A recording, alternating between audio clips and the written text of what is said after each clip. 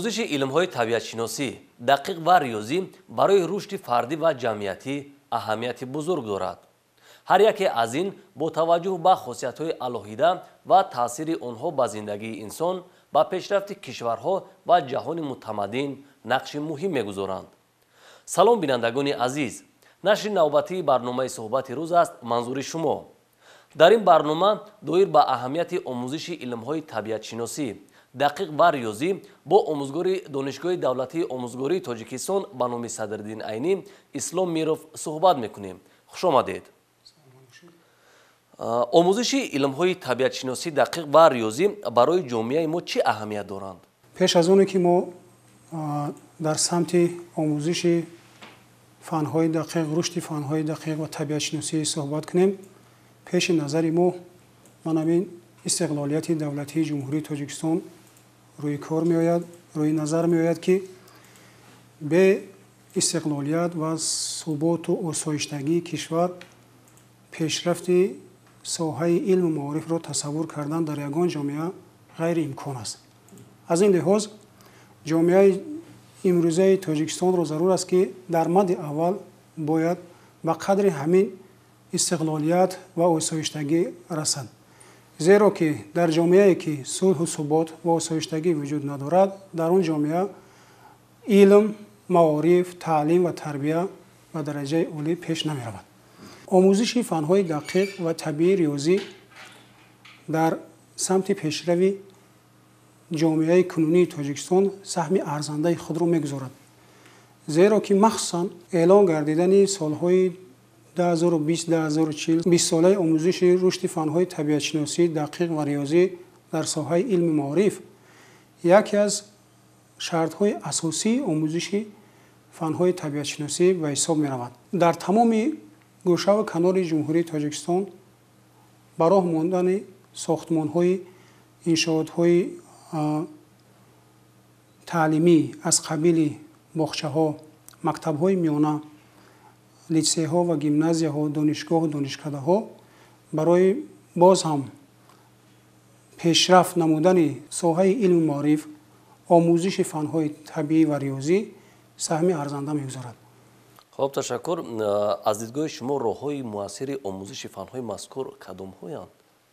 роҳҳои омӯзиши фанҳои мазкур пеш аз ҳама мо омӯзгоронро, мо ҷомеаи имрӯзаи Тоҷикистонро зарур аст ки ба ҳамун давлатҳои абарқудрате ки дар соҳаи илму маориф, дар соҳаи фанҳои дақиқ пешравӣ карданд, таҷрибаҳои онҳоро рӯи назар биёрем, таҷрибаҳои онҳоро истифода бурда дар тамоми соҳаҳои таълимӣ, алалхусус аз боғча сар карда мактаби миёна то донишгоҳ ҳамон воситаҳои асосие ки барои пешрафти илми имрӯза, барои пешрафти омӯзиши фанҳои табиатшиносӣ дақиқ ва риёзӣ ба ҷавонон кӯмак мерасонад, бояд истифода намоем. имрӯз дар соҳаи маорифи мамлакат 8 барномаи давлатӣ ва 2 стратегияи дарозмуддат татбиқ шуда истодааст ки ба рушду инкишофи таълиму тарбия, амалигардонии ислоҳоти соҳа, дастгирии мактабу омӯзгор, таълифи китобҳои дарсии насли нав ва такмили мазмуну мундариҷаи таҳсилот мусоидат менамояд. ҳамчунин бо ин мақсад дар соҳа 11 лоиҳаи сармоягузории давлатӣ ба маблағи 4,6 миллиард сомонӣ татбиқ шуда истодааст. раванди таълимии фанҳои зикршуда ба талаботи замони имрӯз ҷавобгоҳ аст? муҳтарам пешвои миллат дар тамоми баромадҳояшон таъкид ба маорифи кишвар менамояд, таъкид ба ҷавонони имрӯза мекунад ки хоб омӯзиши фанҳои табиатшиносӣ барои ҳар як ҷавони имрӯза шарт ва зарур мебошад. зеро ки ояндаи пешрафти ҷумҳурии Тоҷикистон аз кадрҳои баландихтисос вобастагӣ дорад. ба ҳамин хотир мебояд ки мо кӯшиш намоем ки он камбудиҳое ки дар соҳаи маорифи имрӯза, дар соҳаи аз худкунии илмҳои дақиқ дар байни ҷавонон ва хонандагон, хусусан дар хонандагон ва донишҷӯён дида мешавад, онҳоро бартараф намоем. бартараф кардани ин камбудиҳо дар он аст ки ҳаматарафа бояд омӯзгорони имрӯза аз илмҳои муосир, аз илмҳои дақиқ ва табии риёзӣ хабардор бошанд. пай дар пай ҳамон дониши гирифтаи худро такмилу тақвият диҳанд, то ки шавқу рағбати хонандаи имрӯзро, талабаи имрӯзро, ҷавони имрӯзро ба ҳамин фанҳо зиёдтар ва бештар намоянд. ба чӣ далел мегӯянд ки фани риёзӣ шоҳи тамоми илмҳост? байни ҷомеаи худи хонандагон, донишҷӯён, омӯзгорон ва олимон ин ибора як чизи бигем бисёр маъмул ва истифодашаванда аст ки мегӯянд математика ё умуман фанҳои дақиқ ин шоҳи фанҳо аст. дар ҳақиқат агар мантиқан фикр кунем, математика яке аз фанҳое ҳастае ки мо дар натиҷаи нафаҳмидани ин мо аз аксарияти фанҳои муҳими ҷамъиятӣ хабардор намешавем. зеро ки омӯхтани ин фан на фақат дар макотибҳо, на фақат дар боғчаҳо, балки аввал омӯзиши онро мо омӯзгорон ба тамоми мардуми кишвар тавсия метиҳем ки аз худи оила сар карда то ба боғча рафтану то ба мактаб рафтан омӯзанд. зеро ки донистани математика, донистани ин илм барои кушодани, барои омӯхтани дигар фанҳо ба ҳама кӯмаку ёрӣ мерасонад. таҷрибаи чандсолаи озмуни ҷумҳуриявии илм фуруғи маърифатро чӣ тавр баҳогузорӣ мекунед? ҳамчун як омӯзгор, ҳамчун як мутахассис ки дар ин самт фаъолият мекунед. аз ҷониби асосгузори сулҳу ваҳдати миллӣ, пешвои миллат, 20-солаи рушди фанҳои табиатшиносӣ, дақиқ ва риёзӣ солҳои 2020-2040 эълон гардидааст ки айни замон ин барнома дар ҷумҳурии Тоҷикистон мавриди амал қарор дорад. ногуфта намонад ки якчанд барномаҳо ва қонунҳо, санадҳои меъёрӣ ҳастанд ки барои пурра амалӣ гардонидани ин фармони роҳбарияти олии кишвар саҳм мегузоранд. яке аз муҳимтарин шартҳое ки 20-солаи омӯзиши рушди фанҳои табиатшиносӣ, дақиқ ва риёзиро пурқувват мегардонад, амалӣ мегардонад, ин баргузории ҳамин озмуни илм фуруғи маърифат мебошад ки хусусан аз ҷониби пешвои миллат муҳтарам Имомалӣ Раҳмон пешниҳод гардидааст.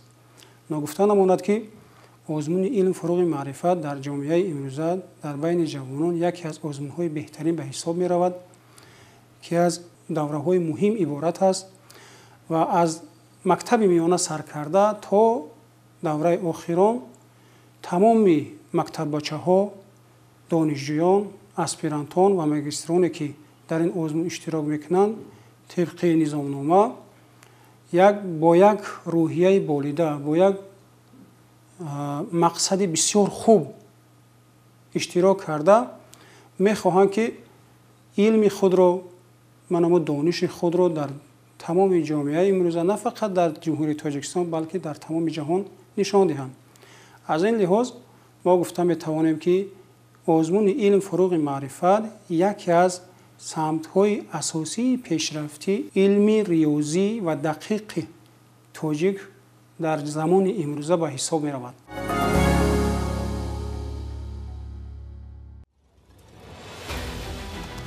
дар 6 сол дар озмуни Тоҷикистон ватани азизи ман 21500 нафар иштирок карда, қариб 500 нафари онҳо соҳиби ҷойҳои якум, дуюм ва сеюм гардидаанд.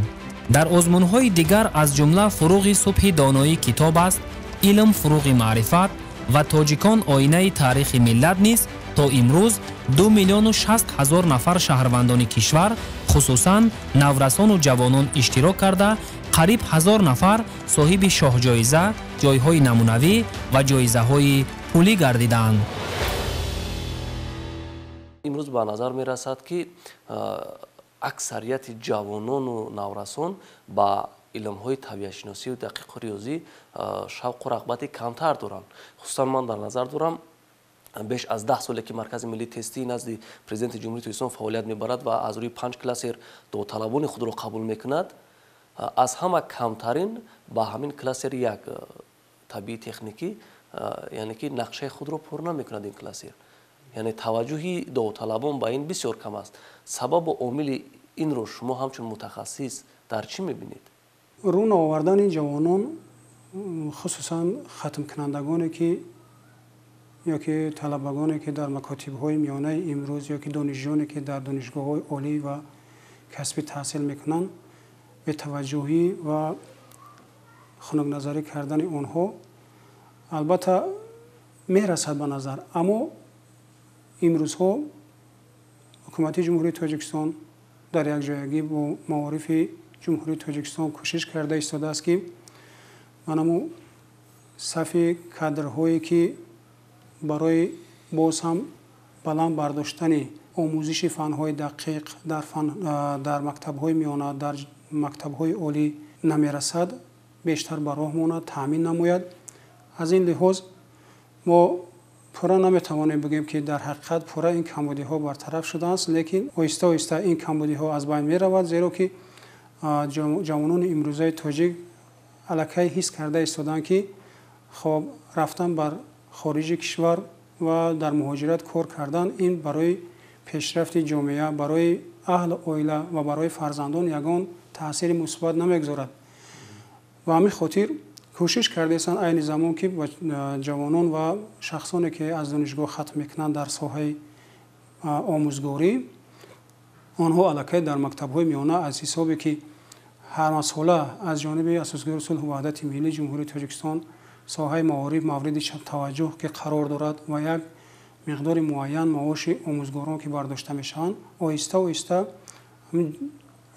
متخصصان جوان، متخصصانی که در ساحه فنهای دقیق آماده هستند، آنها رو به مکتب و معارف آورده ایستادند و ما باوری داریم که در سالهای نزدیک شاید که همین کمبودی ها، همین برطرف ها، همین به توجه هایی که از جانب جوانان میرسد الکی به نظر کم کم آهسته آهسته از بین می رود و در سالهای نزدیک باوری داریم که جمهوری تاجیکستان هم از جهت فنی هم از جهت آموزش فنهای دقیق و طبیعت شناسی دولتی پیشرفته در ساحه معارف، در ساحه فنهای دقیق به حساب می روند. شروع از سال 2014 تا امسال که الکی ماه مارت آغاز شد حجت سپاری با مرکز ملی تستی نزد پرزیدنت جمهوری تاجیکستان، واقعا هر سال قریب که به نظر می رسد که همون کلاسر یک از روی نقشه که مرکز ملی تستی معین نموده است داوطلبان خود را قبول کرده نمیتواند، یعنی نقشه پر نمی شود. ولی متاسفانه این چیز بسیار یک حالت نگران کننده است و رسالت هر یک آموزگار هم در این سمت از چی عبارت است که تواند تا نسل نورس رو، نسل جوان رو برای جلب نمودن به فنهای طبیعت شناسی دقیق و ریاضی جلب نماید. از روی حساب‌های آماری که در سامانه‌های مرکز ملی تستی هست ما شاهد آن می‌گردیم که در حقیقت در اختصاص‌های خصوصا در اختصاص‌هایی که در کلاستر یکم قرار دارد در اون اختصاص‌ها شماره داوطلبان خیلی در فایز پس قرار می‌گیرند و در اختصاص‌های چهارم و پنجم باشد، خصوصا در اختصاص‌های جامعه شناسی و حقوق و اختصاص‌های طبی ورزش باشد، ورزش خیلی زیاد به نظر می‌رسد، حتی از معیار معین شده زیاد می‌گردد. سبب نادرست تقسیم گردیدن یا که نادرست انتخاب کردن منم داوطلبان یا که پورا با برابر نگردیدن همین کلاسرها در چی است؟ اول اینکه در بین عائله یا که در بین خوانندگان از جانب خصوصا از جانب پدر و مادر نادرست انتخاب کردن همون اختصاص می باشد، زیرا که پدر و مادران از باغچه سر کرده تا بود کردن مکتب با فرزنداشون حتی می شود که باری هم نمیپرسن و از فرزند که شما کدام اختصاص رو می خواهید یا اینکه برای معین کردن شخصیت همون در آینده و از روی کدام سمت سهم خودشون رو کم میگذارن هستن همین خیلی عائله. به خاطر همین نادرست فهمیدن، نادرست انتخاب کردن من همین اختصاص ها، در بعض اختصاص ها ما شماره بسیاری داوطلبان رو میبینیم، در بعض اختصاص ها ما شماره کمتری داوطلبان رو میبینیم و این چنین ناگفته نماند که در کلاستر یکم بعضی اختصاص های هست که داوطلبان ما فکر میکنه که ما اگر این اختصاص رو ختم کنیم در جامعه امروزه شاید که از روی همین اختصاص ما کار نیابیم، فعالیت خودمون ادامه دادن نتوانیم. از این لحاظ بیشتر اونها و پدر و مادر اونها باشند همه چیزها را به نظر گرفته رو میارن به اختصاصهای طبی، بیولوژی، ورزش و رو میارن به اختصاصهایی که مقصد جامعه شناسی و حقوق هست. مردم جمهوری تاجیکستان در تمام وسایل اخبار، در تمام برآمد، در تمام سمت‌ها باید کوشش کنیم که داوطلبان رو، متخصصانی که آینده ختم میکنن مکتب‌های میانه رو برای درست انتخاب کردن یا یکی معین کردن ایمان سمت‌هایشان باید سهم خودمون رو گذاریم. چی باید کرد که اونها بیشتر جلب شوند، بیشتر به این فنها رو بیارن تا توانند سهم ارزنده خود رو در رشد و انکشاف اقتصادی و بنیادکاری و سازندگی کشور سهم گذاشته باشند؟ تشکیل آزمون و چهاربینی‌ها و محفل‌های فنی که امروزها در جمهوری تاجیکستان برگزار گردیده ایستاده است، از سر آزمون علم، فروغ و معرفت سر کرده تا آزمون‌های دیگر و اشتراک خوانندگان در آزمون‌ها و المپیادهای فنی هم جمهوری تاجیکستان هم بیرون از جمهوری تاجیکستان توانسته ایستاده است که نمو دایره آموزش فن‌های طبیعت شناسی دقیق را برای تمام خوانندگان، طالب علمان وسیع نماید. خوب میشد که باز هم باشد از این هم زیادتر من همین آزمون‌ها و من همین چهاربینی‌هایی که بیشتر به علم، بیشتر به آموزش فن‌های طبیعت شناسی، نه فقط طبیعت شناسی و دیگر فن‌ها تعلق داشته باشد، شوق و رغبت خوانندگان رو، شوق و رغبت جوانان رو، طالب علمان رو زیاده می‌گرداند. از این لحاظ جامعه امروزه جمهوری تاجیکستان رو ضرور است، معارف جمهوری تاجیکستان را ضرور است که باز هم باشد در دایره من همون آیین‌نامه‌ها، نظامنامه‌هایی که حکومت جمهوری تاجیکستان توصیه میکند، وزارت معارف خودش توصیه میکند، باز هم باشد آزمون‌ها باز زیادتر گردد تا که من همون دانشجویان، خوانندگان و دیگر شخصیت‌هایی که طالب علم هستند آنها در این آزمون‌ها پیوسته اشتراک نمایند، سعی و دانش خودشان را سنجند و قیاس کنند که آنها نسبت به دیگران در کدام سطح قرار دارند. با این واسطه ما می‌توانیم که در آینده نزدیک از حساب زیاد گردیدن کادرها و متخصصان بلند اختصاص باز هم باشد پیشرفت جمهوری تاجیکستان را در عرصه بین المللی زیاده گردانیم. رشد معارف با پیشرفت ساحه علم پیوندی ناگسستنی دارد. همیشه در خاطر باید داشت که همه پیشروی و پیروزی هر یک دولت و جامعه را مکتب و معارف و علم و دانش تامین میکند. تشکر. بار دیگر خوش آمدید به برنامه. بینندگان عزیز، شما صحبت ما را با آموزگاری دانشگاه دولتی آموزگاری تاجیکستان به نام صدرالدین عینی اسلام میروف دایر به اهمیت آموزش علم‌های طبیعت شناسی دقیق و ریاضی تماشا کردید. تا صحبت دیگر شاد و پیروز باشید.